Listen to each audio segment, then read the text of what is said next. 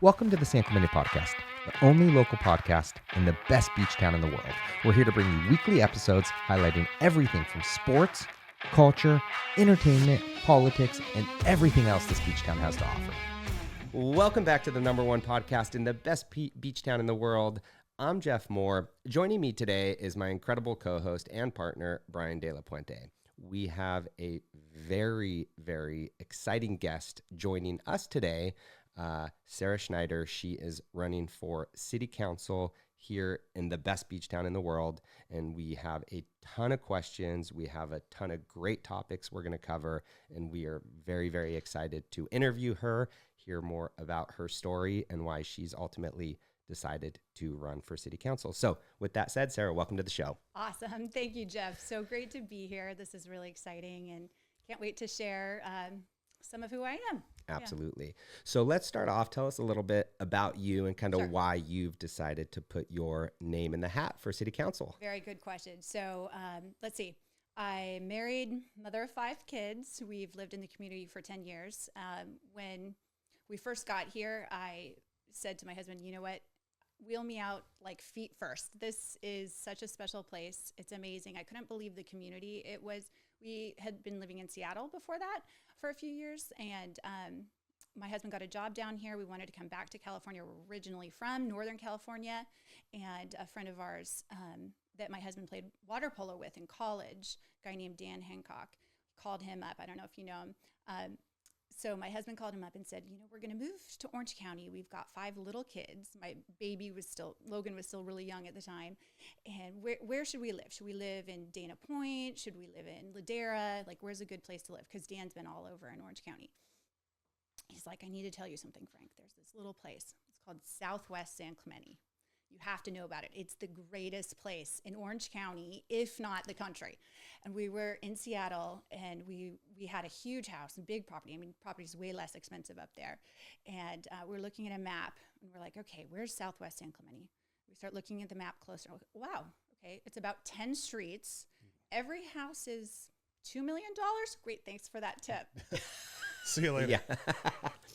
Maybe out of our price point a little bit, anyway, but so, appreciate So we did. So we came down here and we couldn't believe it. We were like, wow, sparkling white sand beaches. This is the type of community. It's a little slice of Americana. Kids running around everywhere, older people walking outside, neighbors talking to each other. And what really struck me when we first moved into the town was people don't eat their dinners in their backyards. They sit out front. Like, everybody just sits out front. It's so community oriented. And so we brought our 5 little kids. We got a little tiny rental down at the bottom of Valencia. It was a home that was built in 1950 and hadn't been updated since. And we put 4 kids in one room and the baby in another room. And we haven't left. Wow. 10 years later. You just made me fall in love with San Clemente all over again. It So really true. is. It's special. It's so special. Really what's special about it, and when you have kids, you know this, you know you're home when the community embraces your kids, right? That's step number 1. And we couldn't believe it. I mean, it was from the second we got here. So we knew a few people from Stanford where we both went to college. And they immediately said, okay, you know, come in, like, sign up for these sports teams, come meet other families, and started inviting us. And then people just opened their arms for us. I remember going to a party at Annika's house on Princessa, and I couldn't believe it. I was like, this is the jackpot of life. Like, we just won the lotto. Life. Yeah, exactly. It really is. I mean, I tell people all the time, we live in the best place in the world. Best place in the world. You can do anything here. And we're small enough so that you feel like we're a small town, right, and you know everybody. But we're so close to so much. So whatever you want to do, whatever dream you want to chase, you can do it here. That's incredible. That's awesome. Yeah. Well, I'm going to pay you a compliment. I think in the way I came across you was through an organization that you call it an organization, a group that you had started, and it was called the Southwest San Clemente Alliance. And you had done such an amazing job at organizing everyone for, I think, a lot of causes. Tell us how you started that and why you started that. Yeah, so this is an interesting story, and it sort of pivots very well into why I am running for city council now. So I've always been really interested in what's going on in my town, read the papers, involved. I've also loved serving in different ways, but all politics is local.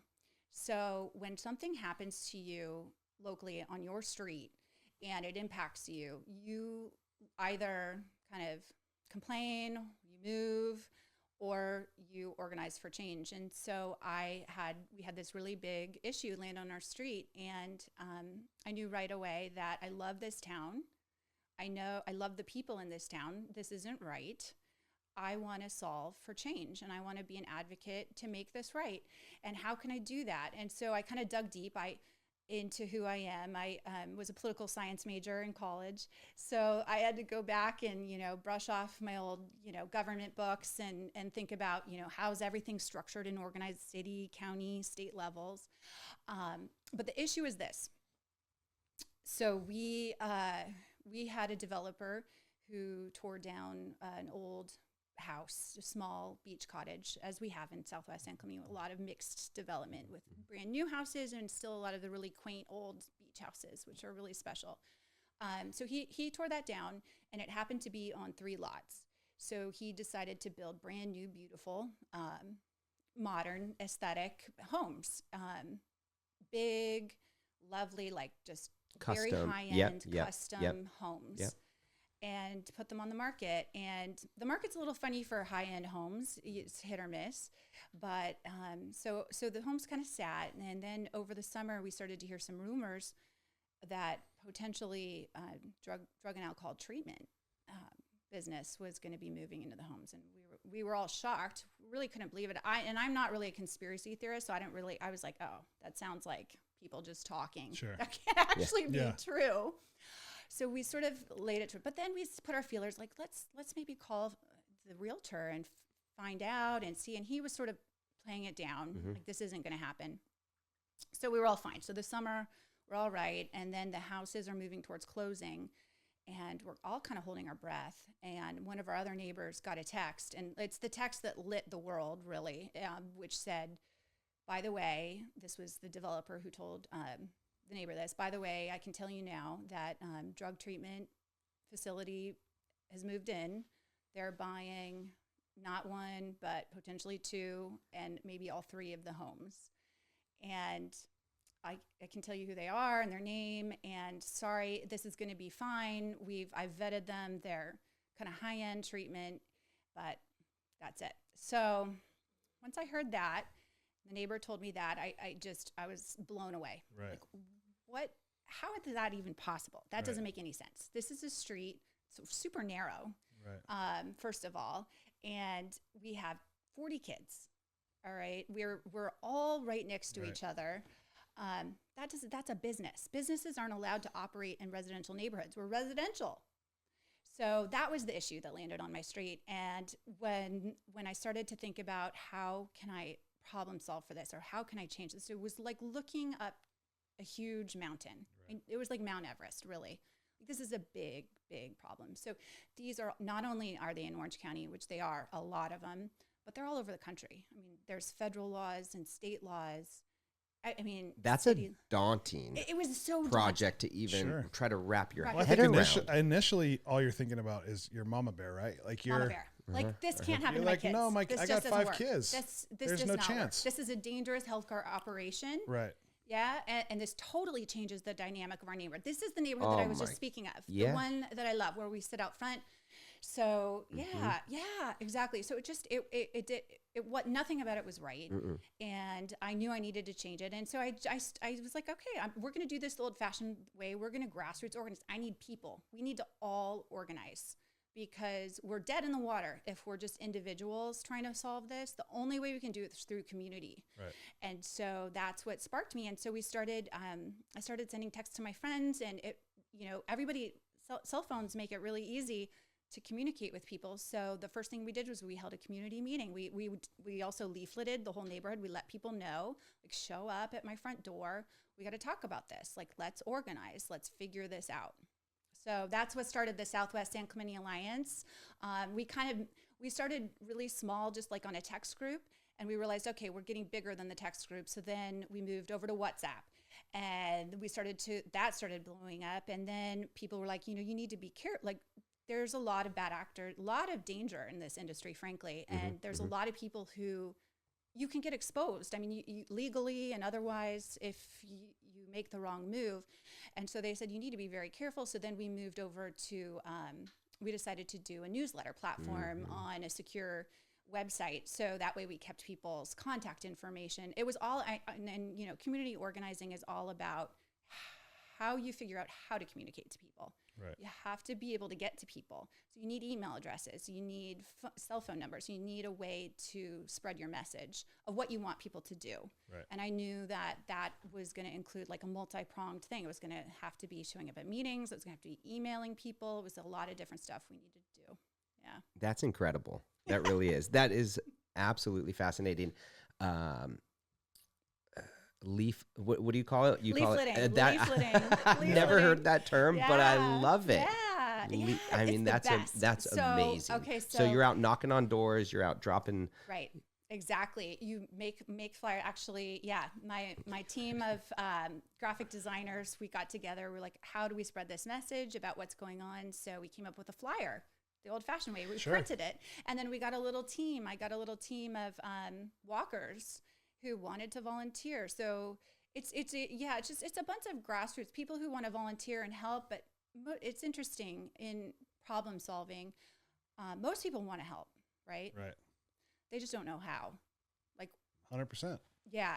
And so I think that's where I came in with the Alliance concept is if I can lead people to do something that would be effective, they'll want to do it. Right. Like everybody's on board. This is an easy issue. Like this is about as nonpartisan as it gets. Like, let's solve this. This isn't right. It's amazing as you're describing this. You could have done anything. It's the most selfless thing, really, right? What you just described and how you started it and organized it. You could have done that with any business. That's how you get a group of people. But what's amazing is the people are passionate behind it, right? Because their purpose is so much bigger. It is so true. I mean, and the thing of it is, you really have to have time. So. And then as I was looking around, we were kind of looking around. Nobody wanted this to happen, but everybody's busy. They have jobs. They're taking care of their kids. They have obligations. Nobody really has the time. And so it was a huge sacrifice I made. I mean, I have 5 kids myself. I'm busy. I was working, but I had to want it more. Sure. Like and then what I told the neighbors on that first day, I was like, if I don't care about this issue, nobody will. So I cared. And I think that, we've come a long ways in the meantime. And so the Alliance formed with this idea that Southwest, like we are Southwest, we've never organized before. I mean, you have your podcast at San Clemente, but Southwest is really a special place. It's a unique place. It's sometimes an overlooked place from, at the city level. But anyway, so we've used that vehicle for solving some other problems that we saw along the way, and I realized, wow, we can do a lot together when we're united. And were you surprised about the amount of support you had? Yes, I've been surprised every single day through this. This has been a mind-blowing experience. Every single day, what I've learned, the people that I've met, the support I've gotten. Yeah. Yes, but I in some ways, like I know, like I'm pretty even tempered. Not a lot bothers me. So, there's pickleball down in the canyon on my street. I don't care. Right. I'm not ruffled by much. When you have 5 kids, you don't get ruffled. Sure, you have to. But you haven't sat on the dais of city council. Right. Oh I mean, right. But this ruffled me. Yes. Drug and alcohol treatment, 3 of them. Yes. That's that's not one and yes. This ruffled me. Yeah. And I knew if it ruffled me, other people would feel the same way. It was an easy sell. Yes. So it started as that focus effort. Right. Now that it's kind of matured a little bit, has other issues came into the scope of the Alliance? Yeah. So, scaling it up is always challenging, like any business. it takes time and effort. And we're not making money. Right. We're solving problems. Yeah. But we have been invested in some other issues. As you open one can of worms in government, you can easily open a few other cans of worms. And so quickly after the Alliance formed and we were problem solving for drug and alcohol treatment facilities, it came to pass that the city was moving to district elections for the first time ever. And a lot of people in San Clemente have no clue what this is even about, or that it even happened. Right. But once I learned that we were moving to district elections, started engaging on the issue and what the maps were going to look like, how we're going to district, which is, by the way, another very contentious issue across the country. Yeah. I mean, it's gerrymandering, all of it. People are very heated about it, but district maps matter. They matter because as I was organizing my Southwest San Clemente Alliance for an issue that mattered to our neighborhood, I knew representation matters. Who you talk to, you need to have somebody to represent your interests. And the first step in our process was, of course, involving our city and reaching out to the stakeholders in the city and the city council and things like that. So I knew that when we thought about how we districted ourselves, we needed to make sure that Southwest stayed together and other neighborhoods.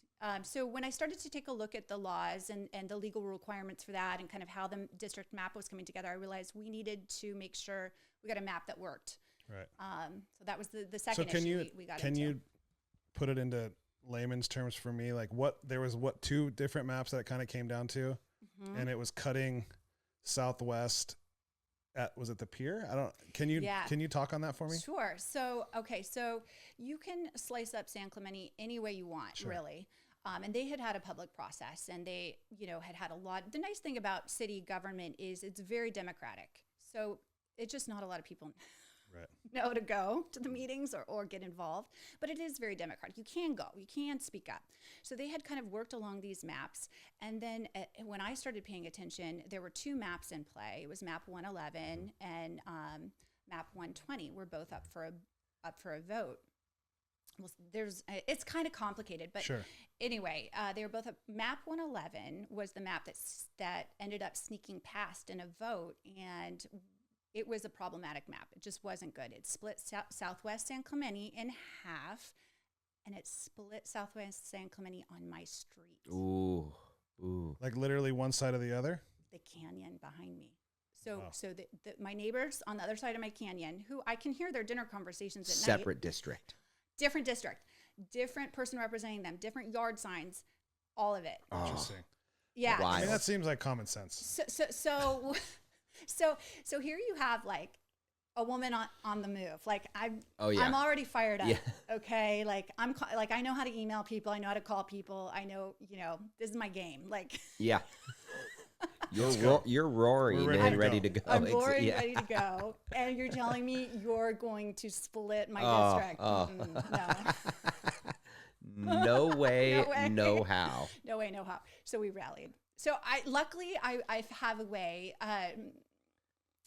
I think people gravitate towards the way that I communicate and message, and it's the residents, the people. They all rallied whenever I called them to. They all rallied. And by the way, this is all happening prior to you deciding to run for city council, correct? Like way this is before. all way this before. Was back in the fall. This was early stage. Yeah, so this isn't even on your radar yet, right? You're just strictly your own community. So you're true. Trying to protect and trying to promote and take care of. And Jeff, the city council wasn't on my radar. I never, ever thought when we first moved here, any time in my life really, that I would run for city council. I always appreciated city council, but I never thought I would run. And it was really only recently after I have developed all these skills, and now we have this district that we fought for and won, by the way. So we ended up getting the map 120, that worked for us. And that took a couple more battles along the way, but that's a story for another time. But anyway, Southwest and Southeast are District 4. So San Clemente is going to vote biannually for city council representatives. It used to be, so we have 5 total, and it used to be at large. So anybody could live anywhere And then whoever was up for election, sometimes it's 2 at a time or 3 at a time. Then it would be, of the 15 people that are in the race, the top 2 would get the spot. So everybody's familiar with that. And then they would decide who's mayor and who's mayor pro tem. And that was always a little interesting. And that was just, right, majority, right? You get of the 5 members, right? You get 3 votes. Correct. Right. Exactly. So we still have 5 city council people, but in districting, they decided to move to 4 districts, and then we are going to, as a town, elect our mayor. Cool. So yeah, so it's kind of cool. So every 2 years. And the mayor can come from anywhere. The districts? Yeah. But you have to choose to run for mayor. So It's kind of high stakes. Okay. Right? You can't just run in your district and then also run for mayor. Ooh, yeah. So you have to make that decision. You have to make that decision. Prior to running. Correct. Yes. So how it's going to be, we're kind of the burnt pancakes, to be honest, of this whole new system. So right now it's District 4, which is Southwest and Southeast, and District 3, which is North Beach and a little bit east of that. So it's kind of the districts are essentially north and south beach side and north and south inland side. If you look at the Pico and the freeway, kind of these are the districts that are up. So the 2 coastal districts are up for election in 2024. Yep. The 2 inland districts will be up for election in 2026. Gotcha. The mayor's up for election in 2026. Gotcha. Yeah. So it's different. And the thing that people don't realize, and it's in some ways we could really love this, right? Because you now have somebody who's really invested in your area, where you live, you potentially know, but it can be challenging if you don't have anybody involved that can do the job, that lives in your area. I think we'll be fine. I think there'll be enough people. So far, so good. So anyway, so District 4 exists, and there are no incumbent city council members that live in District 4. So once I realized that, and kind of this was late springtime, and I had made a lot of progress on the issue on my street, a lot. I thought, wow, this is a really interesting opportunity. I love this. I love working with people. I love helping my town. I'm in a position right now in my life where I have the time to do it. It's very time consuming. Why don't I try? I might as well see if I can represent people at the city level and build on all the knowledge that I've gained through all the housing laws and drug and alcohol treatment laws and Department of Healthcare Services and county and all the relationships I've made with our local legislators, and build on that to try and make sure San Clemente stays amazing. That's great. I love it. It really is. People don't realize how important politics are, right? And it affects everyone, whether you like it or not. It does. It affects your businesses. It affects your, way of life. It affects everything. Laws matter. Laws matter. Absolutely. As you've seen, right? You've been able to act quickly and make changes very fast. That's the coolest part, is that you were able to, your hard work didn't fall on deaf ears. Change happened. Right. It did. Yes. For logic, right? The maps thing makes sense. Right. It's just the stuff makes sense. Right. And we've been slowly moving into sand as well. And that's another, really important topic, and especially for Southwest. Yeah. But obviously our whole town, and problem solving on that is complicated. What are some of the ideas on that? I know that they did a big project from the pier to T Street. Right. So that's been in the works for a long time. That took 20 years to get done, by the way. That's how slow government moves. So the other thing people don't realize is it's really hard to affect change in government. It's a big behemoth, and you have partisanship, and you have all, it's not common sense, right? You have to know who to influence. There's lobbyists that you have to deal with. I mean, it's a wild game. It's a wild game. It's a wild game. But sand is another one. You have the Coastal Commission, you have the Army Corps of Engineers, you have permitting, you have money. Sand is very, very expensive. You have coastal. So the thing with coastal erosion, we've known that coastal erosion's been happening for a long time. but it's like watching paint dry. Sometimes it's hard to see, like, was the beach wider last year? I can't, Yeah. you know? Yeah, exactly. And depending on the swells that come in and go, like, it's just. Yeah, but I mean, as we all know, the last probably 3 years, the storms have been really severe. Ever since the drought ended. Yeah. Like 3 years ago, we started to get these really wicked rainstorms, which caused so much cliffs instability. We've had the landslides, and then our beaches got washed away. And the big issue that's going on right now, which you guys may or may not be aware of, is Orange County Transportation Authority, OCTA, is looking to revet more tracks. Yeah. So that when you say revet, like reroute rocks. or gotcha. Add more rocks. So one of the big devastations, like to add more track along the beach, not more rail line, but more rocks, boulder, like the big boulders, just to bolster it and support because of coastal erosion, stability. So the water's getting too close to the lines. So part of what happened was it 3 years ago. So I'm not the subject. So Save Our Beaches and Bring Back Our Beaches are the subject matter experts on this. Yeah. But so I'm just relaying, what they know. But they came in and revetted the tracks in Cyprus, and that's what did in the beach. So the beach has completely collapsed in that whole area. And of course they did. They don't care about the beaches, right? Is that fair to say? Like, and again, it's maybe not their thing. That's not their thing. It's not their thing. Their thing is train. They want to keep the tracks. By the way, the transportation, they're the transportation authority. Yeah, they're like, your beach, your problem. So that's exactly right. They're like, that's your problem, city, for not figuring this out. You knew the sand was coming in. Yeah, you did. And now, so we're at this kind of point. Yeah, and so once it's really unfortunate. So obviously, we'd all love for the train to be inland. Yeah, wouldn't that be great? We would love that. It would be awesome. Amazing, but it's not. No, it's not. Just not. It's just too big of a project, too much money. And it's a 30-year. And it's a 30. Yeah, it's probably a 30-year project. Okay, start thinking about it. Yeah. Like, start digging. Yeah. You have to go under the I-5. Yeah. If you can predict it, you can prevent it. You can prevent it. That's what Brad said. Hey, come on, that's my line now. Oh, you taking it? That's a good line. Predict it, right? prevent. Yeah. If you so can move the train inland, but yeah. at the same time, we got to get more sand. Yeah, you sand can't. On the beaches. Growing up down at Northgate, you could walk and surf at Cottons. You can't do that anymore. No, I know. So when we first moved here, I first signed my kids up for state lifeguard.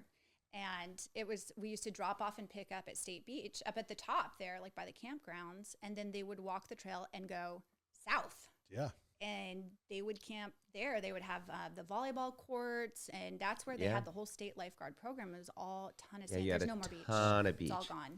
Those waves haven't broken years. They haven't broken. No, and it was State Park, Riviera, and Lost Ones. So when they revet the train tracks, so when they add those rocks to keep their train dry, so it's a cycle against the sand. So the waves come with a stronger force up against the rocks, and it makes the sand wash away even quicker. Yeah. Gosh, that's scary. It's so scary. It really is. It's really scary. You can't. It's just not okay. Losing our beaches won't work. It's just not okay. Yeah. And again, if we all sit back and do nothing about it, we know what's going to happen. So what is happening? What can we do? So OCTA, OCTA has to keep their train line running. Right. Okay. So they are in the process of revetting more track, and they're going to need to revet the beach, State Beach, basically, which I don't know if you've seen that recently, but it's really, really small. There's not a lot of sand there.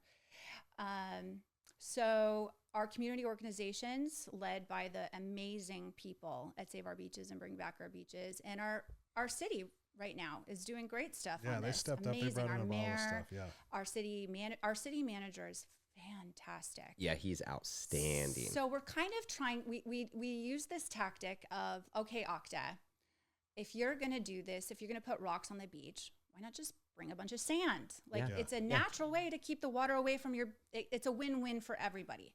Like, instead of bring rocks, just bring a bunch of sand. It'll cost less, by the way, because who does that burden fall on? The city paid for all the sand. So the sand that's already come, that's already been paid for line. That's different grant money and federal and state money. But the sand, there's no extra money for sand right now. That's the big problem. Gotcha. There's no extra money for sand, and so we were trying to use OCTA as well. If you're gonna spend, they were gonna spend $200 million on rock revetment in San Clemente. Yeah, Put- that sand. Absolutely. But as you said, they're not in the business of replenishing They don't care. beaches. They just want. So they have been very amenable. Octa. So they're a partner. We got to treat them like a partner. Yeah. You got to work with people, right? Yep. You got to That's how find we- out who's we find influential out, within that right? organization and Make go it make. successful for Yep. everybody. We Yep. know you're not, so we've been the city's been having those conversations. I've been involved I've been at a few of these meetings and spoke. You could check it out on my Instagram.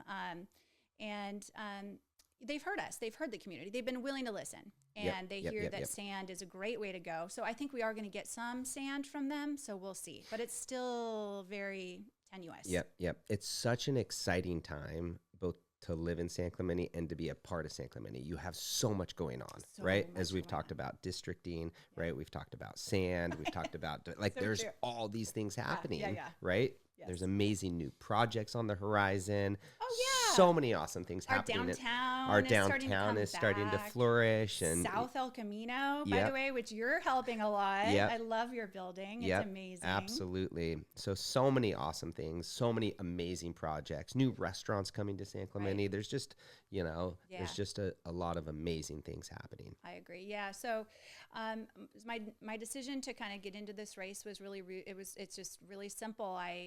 I love this town so much, and I felt like I could help, and I felt like I had the time to help. And my concerns are, let's keep our neighborhoods safe. Let's keep our neighborhoods a safe, thriving place for families.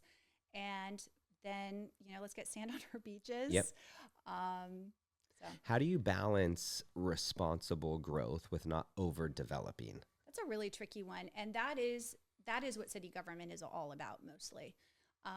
The Planning Commission is one of the most important commissions in our town, any town really, and for a coastal town like ours that's fully built out, responsible development is critical. We pride ourselves on being small, right? Yeah. But we don't want to get worn out, and we don't want to get kind of gross and grungy. Like, you have to keep infusing, nice new places. But the goal is, I think, with every city is striking that balance. So you have to have a democratic process where you listen to people, hear people. You have to be connected to what people want, what they're interested in, and pick developers. Picking developers is a big part of it, and hoping that they strike that balance that works with the community. I mean, we are Ole Hansen, we're Spanish Village by the Sea. We're not Dana Point. No, we're not. Right? You're right. You just hit the nail on the head. You have to select and work with the right developers. You bring the wrong people in that are in it for solely Wrong the money reasons. and the bottom, then Which most people which most people are, which again, I'm like, It's true. I kind of get it. It's Yeah. business. It's their money. But at the end of the day, you can't be. It is a tricky You have to balance, so. truly love the city and the Yeah. area that you're developing in. Yes, and You you have cannot- to know it. And you have to really know it. You have to Yeah. understand it. So, yeah. Absolutely. So staying engaged with developers and having, communications. And that's another reason why I got into this race, is I felt that being a representative of the city is really important. So, how people from the outside look at San Clemente, who are their leaders? What are their leaders speaking about? What are they talking about? What's their vibe? Like, is this a place that's welcoming and warm and fun, or is everybody angry? Yeah. Yeah, exactly. Yeah, absolutely. So that was another thing I felt I could help with. I could be an asset. I love it here. I love all my neighbors. I love San Clemente. It's given me so much, and I want everybody to know that. Yep, absolutely. I know we talked a lot about the politics and stuff. I'm intrigued with your story. You've got your kids are all successful.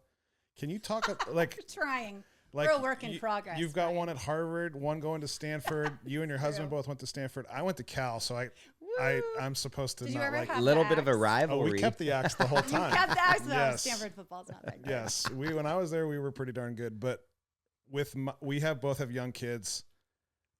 What's the secret? Like what? Like I what hear is? that. Less is more. I'm a really old school parent. Like I liked my childhood. I was blessed and fortunate to have a really kind home and opportunities and things like that. And I liked my childhood, and I didn't really want to do anything differently. I rode my bike to school. I wasn't overprogrammed. My parents kind of let me do my thing, but they always said, like, get good grades. Sure. So I just kind of repeated the formula, and it's worked. We let our kids ride their bikes to school. We don't overprogram them. So I don't know. It's hard to say with kids. You never know what you're going to get, but this town makes it really easy to parent. Sure. I'll just tell you that much. I mean, when we moved here, the community helped me parent my kids. So my kids all rode their bikes to Concordia, every single one of them, and I made them do it every day. Yeah. And it's interesting how culture changes. When we first moved here 10 years ago, everybody rode their bikes. Yeah. But by the time Logan, my youngest, got through, he was one of the few bikers. And there was probably a handful of bikes, and most of them were e-bikes. He was the only old-fashioned kind of a bike. They still had to pedal. The appreciation. Still had to pedal. He still had to pedal his bike. Yeah, exactly. And so, by the way, but with that, you have to be willing to, if you parent that way, most people drop their kids off from school because they want them to be safe. Yeah. Right. You hear our generation is really concerned with the safety of our kids. Of course, I want safe. But for me, I thought the responsibility of learning how to bike, how to navigate the neighborhood, how to make choices. So my kids, oftentimes their bikes would break down. They would fall off their bikes. Things like that would happen. And they knew, how to talk to somebody, to call mom, or, people would put their bikes in the back of the car, drive them home. Sure. Yeah. You're helping them build life skills that way. Yes. Before I forget, talk to us about your slogan, it being a grassroots campaign. Grassroots campaign. So when I got in this was not about politics for me at all. This was about problem solving. This was about loving my community. This was about enjoying problem solving and having the skills to do it. And so I knew that I needed to do this the grassroots way. So if I was going to serve people in the community, I need to serve everybody. So we really are, my campaign is my friends and the Southwest San Clemente Alliance people who are interested. And it's just really spreading the message, the old-fashioned way of just getting people engaged. So we're about yard signs. We're about going door to door. We're about talking about issues. And if you like me, vote for me. I love it. That's amazing. Do you have any events coming up that people can support? Yeah, so it's kind of early season still in the summer, and I'm spending a lot of time just attending meetings, getting briefed on issues, meeting with stakeholders, things like that. I'm trying to think if I have any events coming up. I don't think I have any formal events. Oh, well, I will be out and about on 4th of July. Oh, yeah. And that's a fun event. Absolutely. But yeah. And it's so important, would you agree, for people just to even attend city council meetings? Yeah, it is important. They're not easy to attend, to be honest. They're kind of arduous and long, so you can understand why people don't have the time. But for sure, reading the San Clemente Times. So we have some great reporting from the San Clemente Times, and they do a good job of keeping track of what's going on. So I would say start with reading the San Clemente Times and getting familiar with some of the issues, because Jaden will report on everything. He reported on the district map over and over in the San Clemente Times. You hear a lot of people saying, they don't know how to get involved, right? Mm-hmm. And it is tricky, but that's a good... Start reading there, start listening to your podcast. That would be step 2. And then, come to the city council meeting, see how it works. It's complicated. It's tricky. Yeah. There's not, it's easy to say, oh, why'd they make that decision? That's a terrible decision. Yep. But in the moment when there's 40 neighbors on one side and 40 neighbors on the other side, and you're weighing and balancing, it's a little bit like being a judge at the city council. You have to be willing to hear both sides and just, but I think understanding the issues is really, really important. So that's kind of where I'm at. I'm really trying to understand each one of the issues as deeply as I can. So that way I feel competent when it comes time to be up there. San Clemente is a passionate town. When they support a project, like, they get behind you fully, right? If they're against it, both sides, they get against it. Yes, it's so true. Yeah, it's very true. It's great like that, though. But that's democracy, right? It is. Yeah, it is. It's really refreshing. And when I had this issue land on my street and I started to get engaged at the local level, I'm like, wow, I am living out, like, I don't care about any of this federal stuff. This doesn't, like, that's just, like, out there. Yes. This is real. These are people really doing things, really talking, really engaged about what laws are good, what laws aren't good, and what can we do to make it right. Yeah. Right. You said something earlier, too, in politics, right? takes a long time to get anything done.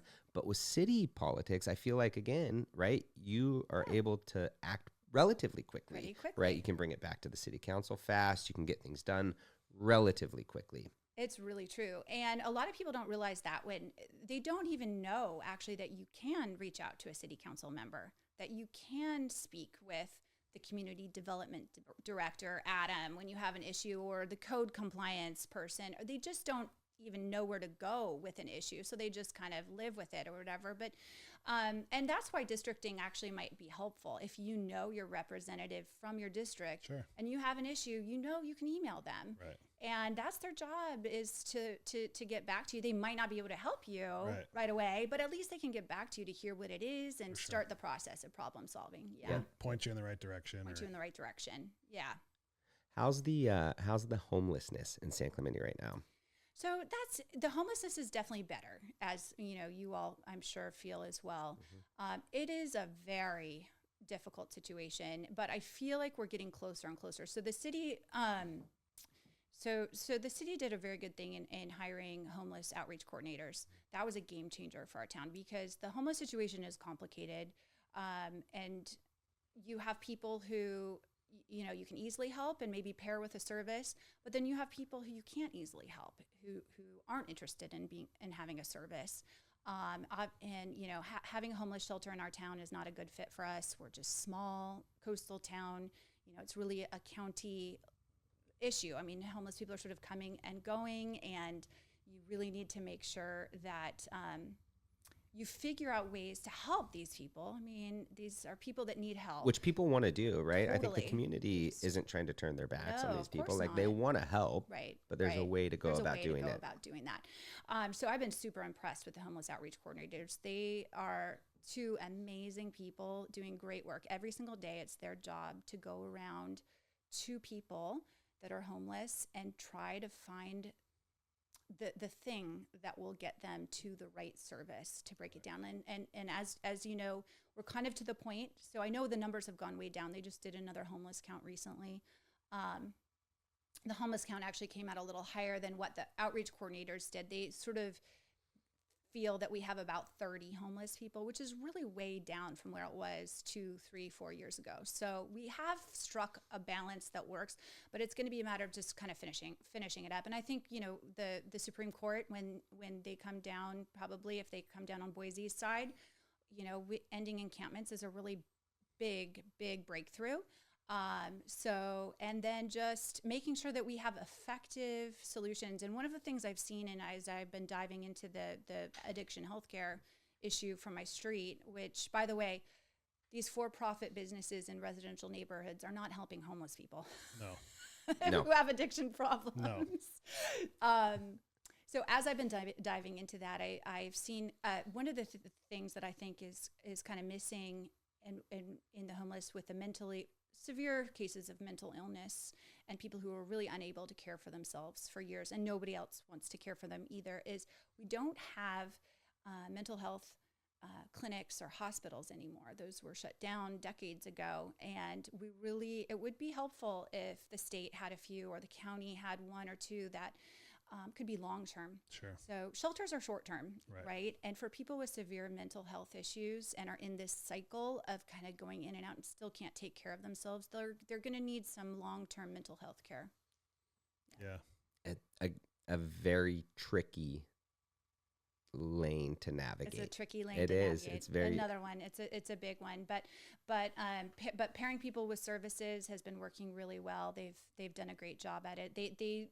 They know how to, like, they'll find out what is the obstacle for why is this person here. Is it that you can't take your dog somewhere? Well, let's get this dog let's get them qualified as a service dog so we can move them out. And so they do a very good job. So supporting that is a really big deal. But, you know, we have to make sure that our neighborhoods are safe, and you know, the homeless encampments it's a public health issue. It's Are we safe right now in San Clemente? Like, it is a safe community. I think so. People can rest assured knowing that their community is a safe place. I think so. Yes. I think that, you know, in Southwest, especially, because we struggle with, you know, the little break-ins here and there, and things like that. But for the most part, I mean, I feel safe here. Wouldn't have felt safe if businesses were operating, but luckily they're not.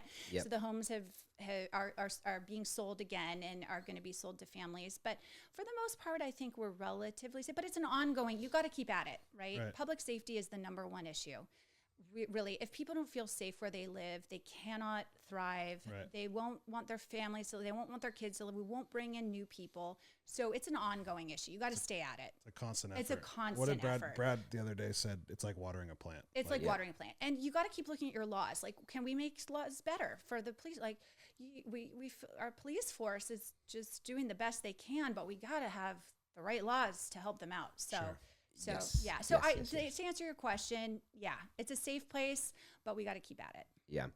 Growing up, both Brian and I grew up here in San Clemente, and I think we had our own police services back then. Yes, you did. Right. And so the police officers lived here. This was their community as well. The chief of police was in the community. So it is different now. It is different. Yeah. And it's you can kinda see expensive both too, sides. It right? is How expensive. can you be a police officer and live? It's tough. Can you live in the town that you work? Yeah. I It's know. hard. It is Hard. hard. Yeah. You see both sides. The Orange County Sheriff's Department does a great job. They have access to all kinds of helicopters and, really quick services. And so, a San Clemente police force, you might trade out some of that, but the benefit would be you get people who really know the town and care about the town. So, Yep, absolutely. Well, I'm sure you'll continue to update us. And for anyone that wants to follow you, I've got it written down here on Instagram. It's at Schneider, 4 Council. And then for a website, I've got www.schneider4 spelled out FOUR Council 2024.com. So Schneider4Council2024.com. Did I get that right, boss? No? FOR. Schneider 4 FOR. Schneider 4 FOR Council 2024.com. That's it. Nailed You got it. it, So there you go, right? Nailed And again, it. Instagram, it's Schneider 4 Yes. Council. Yes, do follow on Instagram. You can stay updated. I'll keep that updated as to where I'll be out and about this summer. I'm just trying to attend as many community events as I can. This is the best part of the job. And you've got a great team of people helping you. Amazing right? Can we team. shout out a couple names here? Oh, Adrian Metz and Annika Lawrence, my campaign managers, who are unbelievably gifted and brilliant in what they do. They're the brains behind. Something tells me that Adrian doesn't love the spotlight, but we're gonna get her on the podcast. That would be amazing. Adrian has a very cool story to tell too. Oh, there we go. Absolutely. Everybody. It turns out, Jeff, everybody has a story. Everybody has a story, and everybody should share their story, Yes. right? Because you Best part never of what we know do. if you're gonna impact someone's Never life. know. You never know. Your know. testimony could be very impactful to even if it's just one person, right? You could help change that person's life. Changing lives. I Changing love it. lives. Sounds good to Unbelievable. me. Sarah, nice meeting you, and thanks for hanging out with us and letting us get to know you. We appreciate. Good luck with everything. Thank you so much. I really appreciate you guys. Yep. Thank you so much. Thank you for listening in. Join us for another episode next week, coming to you from our studio on Del Mar in downtown San Clemente. Make sure you follow us on Instagram at the San Clemente Podcast and subscribe to us on YouTube and Spotify so you never miss an episode.